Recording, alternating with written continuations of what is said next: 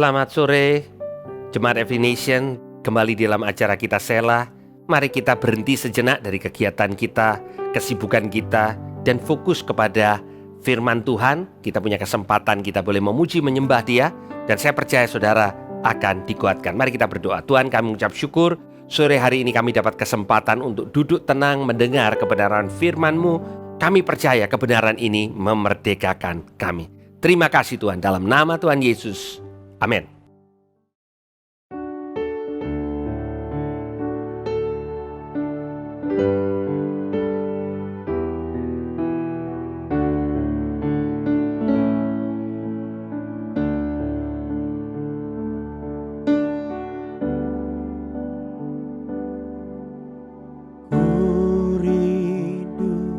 Setiap waktu hidupi kebenaran-Mu, bukan dengan kuatku, namun karena Roh-Mu. Yesus, Kau yang ku pegang teguh.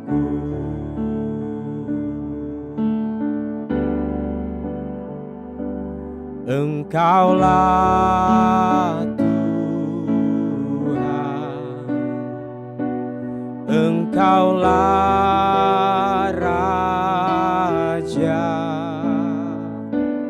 berdaulat atas hidupku, ku berserah penuh.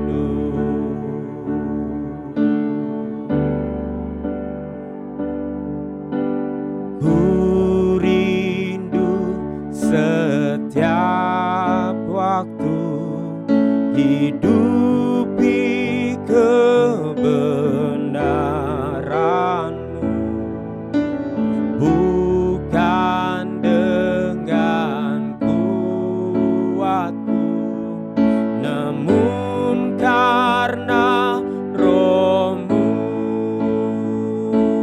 Yesus, Kau yang ku pegang teguh.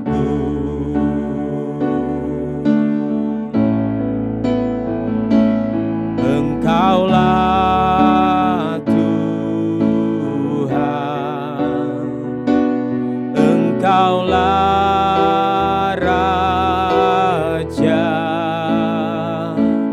berdaulat atas hidupku, ku berserah penuh. Engkaulah Tuhan, Engkaulah Raja,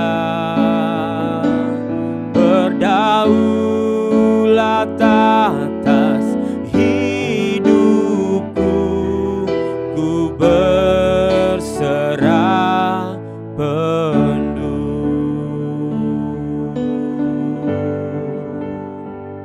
Kami berserah penuh. Kaulah Tuhan atas hidup kami, Yesus. Kaulah Raja atas hidup kami. Kau berdaulat, Kau memerintah, oh Yesus. Kami menyembah-Mu.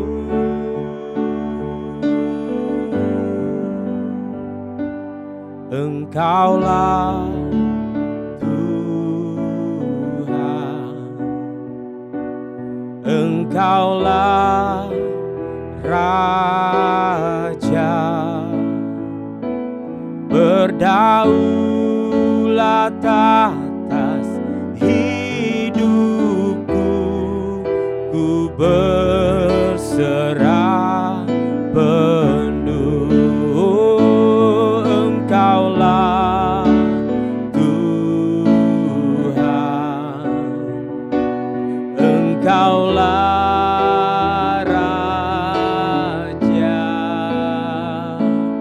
berdaulat atas hidupku, ku berserah penuh. Berdaulat atas hidupku, ku berserah penuh.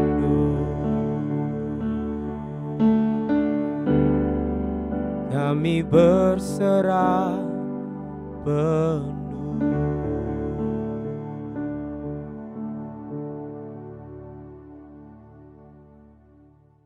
Saudara, sore hari ini saya akan bicara tentang damai sejahtera. Saya memberikan judul renungan saya, The Power of Peace. Kalau saudara mendengar damai sejahtera, sepertinya damai sejahtera itu bukan kuasa, ya. Karena damai sejahtera itu berbicara tentang ketenangan, tranquility. Maka mungkin kata the power of peace kelihatannya bertolak belakang. Peace sepertinya kurang powernya. Kalau kita bicara tentang power, maka kita bicara tentang sesuatu yang gegap gempita. Tetapi sesungguhnya saudara, justru orang percaya punya kuasa pada waktu hatinya dipenuhi oleh damai sejahtera oleh Tuhan. Ya, saya ingin mengajak saudara untuk sama-sama membaca satu kisah di Kisah Para Rasul pasal 12. Mungkin saudara pernah mendengar kisah ini, tapi baik untuk saya membacakannya kembali buat saudara. Di ayat yang pertama dikatakan kira-kira pada waktu itu Raja Herodes mulai bertindak dengan keras terhadap beberapa orang dari jemaat. Ia menyuruh membunuh Yakobus, saudara Yohanes, dengan pedang. Ketika ia melihat bahwa hal itu menyenangkan hati orang Yahudi, ia melanjutkan perbuatannya itu dan menyuruh menahan Petrus. Waktu itu hari raya roti tidak beragi. Setelah Petrus ditangkap, Herodes menyuruh memenjarakannya di bawah penjagaan 4 regu, masing-masing terdiri dari 4 prajurit. Maksudnya ialah supaya sehabis Paskah ia menghadapkannya ke depan orang banyak. Di ayat yang ke-6 dikatakan pada malam sebelum Herodes hendak menghadapkannya kepada orang banyak, Petrus tidur di antara 2 orang prajurit, terbelenggu dengan 2 rantai. Selain itu prajurit-prajurit pengawas sedang berkawal di muka pintu. Nah saudara, saya berhenti sejenak di sini dan saya ingin menggambarkan kepada saudara keberadaan dari cerita kita. Ya, Herodes ini ingin mengambil hati orang Yahudi. Itu sebabnya apapun yang bisa membuat orang Yahudi, terutama pemimpin-pemimpin orang Yahudi pada waktu itu, ya pada waktu murid-murid Yesus ada, bisa merasa senang, dia akan lakukan. Dan dia tahu bahwa pemimpin-pemimpin agama orang Yahudi tidak suka dengan Yesus dan murid-muridnya, ya. Jadi yang pertama dikatakan dia menyuruh membunuh Yakobus, saudara Yohanes. Nah saudara, Tuhan izinkan kadang-kadang anak-anaknya, bahkan rasul yang dia kasihi, mengalami keadaan yang sepertinya tragis. Karena kembali, kalau kita boleh melihat kepada kebenaran firman Tuhan, maka kehidupan kita di dunia ini seperti pendatang. Alkitab mengatakan seperti musafir, ya. Kita ini hanya datang sementara, tetapi kita punya tempat yang kekal, ya. Asal kita ini bukan berasal dari dunia ini. Itu yang firman Tuhan katakan. Mungkin saudara katakan, iya saya lahir di dunia ini, bagaimana mungkin saya tidak berasal dari dunia ini? Tetapi firman Tuhan dengan jelas mengatakan di dalam doa Yesus di Yohanes pasal 17, Tuhan Yesus mengatakan mereka bukan berasal dari dunia ini, makanya dunia membenci mereka.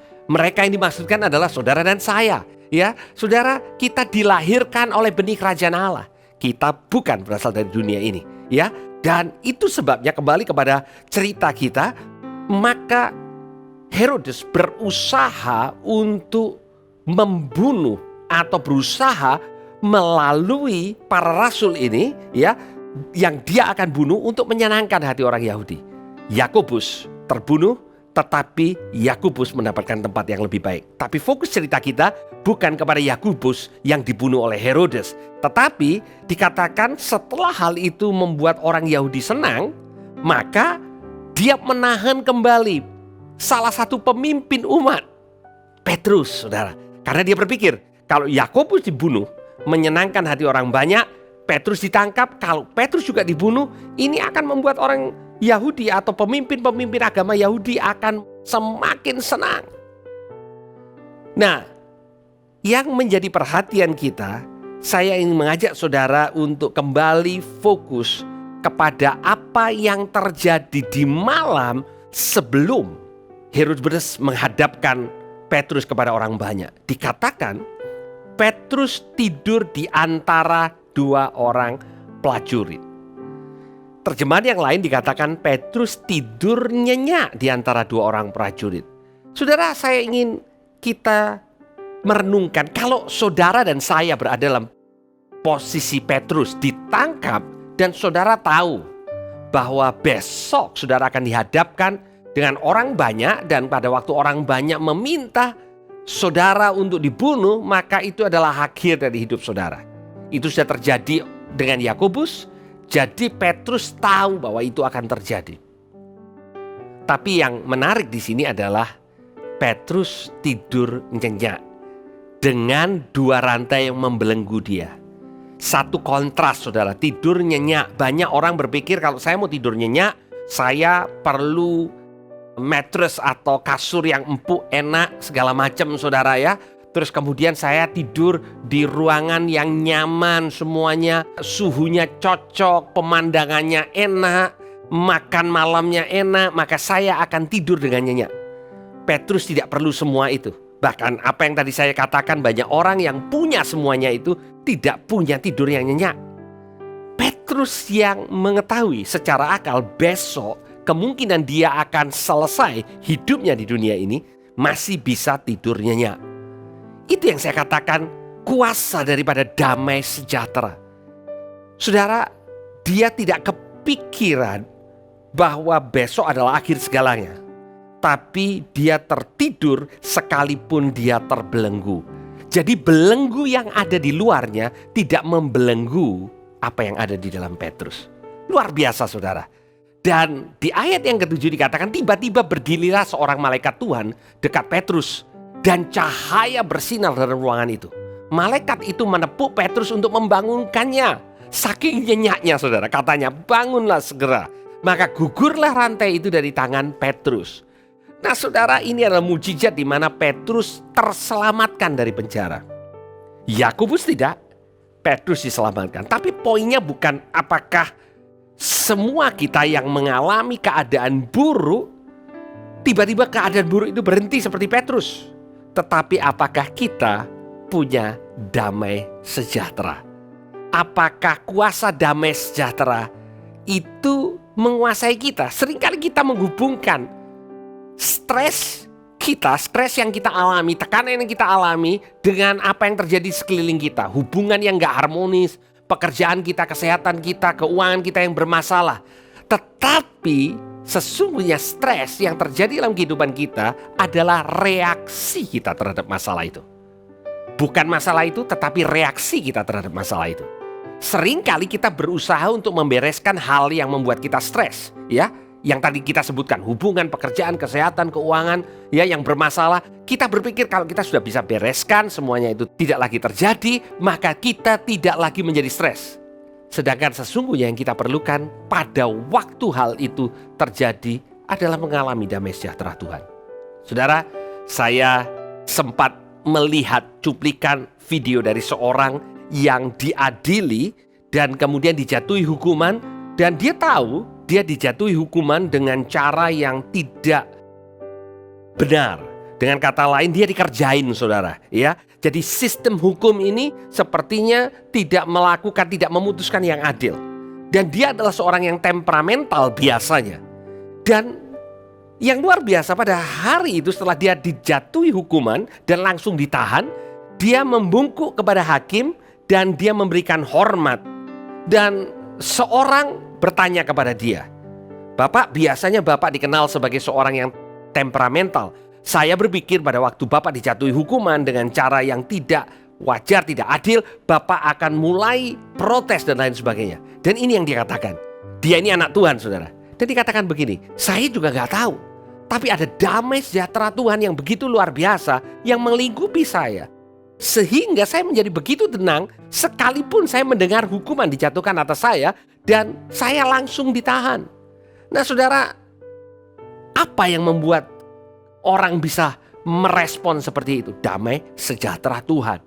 Itu sebabnya saya mendorong setiap kita, bukan hanya saudara, tapi juga saya. Di dalam keadaan-keadaan seperti ini, kita perlu damai sejahtera Tuhan. Dan damai sejahtera Tuhan itu penuh kuasa, saudara. Dan kuasanya membuat kita menjadi tenang sekalipun kita berada di tengah-tengah badai. Ingat, Petrus yang berada di tengah-tengah badai tidak kelihatan menjadi resah, gelisah, dan ketakutan. Dia tidak stres sampai tidak bisa tidur. Bahkan dia menikmati tidur yang dia pikir adalah malam yang terakhir dia di bumi ini. Tapi ternyata Tuhan punya rencana yang lain.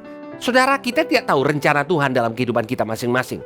Tetapi satu perkara yang Tuhan Yesus katakan, damai sejahteraku kutinggalkan bagimu.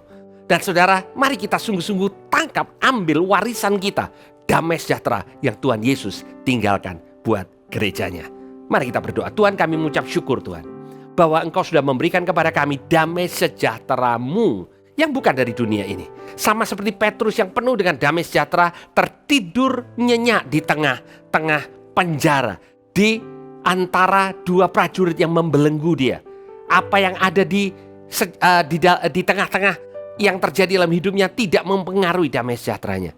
Tuhan, kami butuh kuasa damai sejahtera-Mu di dalam hari-hari kami, di dalam kehidupan kami, di dalam keluarga kami, di dalam jemaat Every Nation. Tuhan, tolong kami, biar kuasa damai sejahtera-Mu memerintah di dalam hidup kami. Di dalam nama Tuhan Yesus kami berdoa. Amin. Tuhan Yesus memberkati.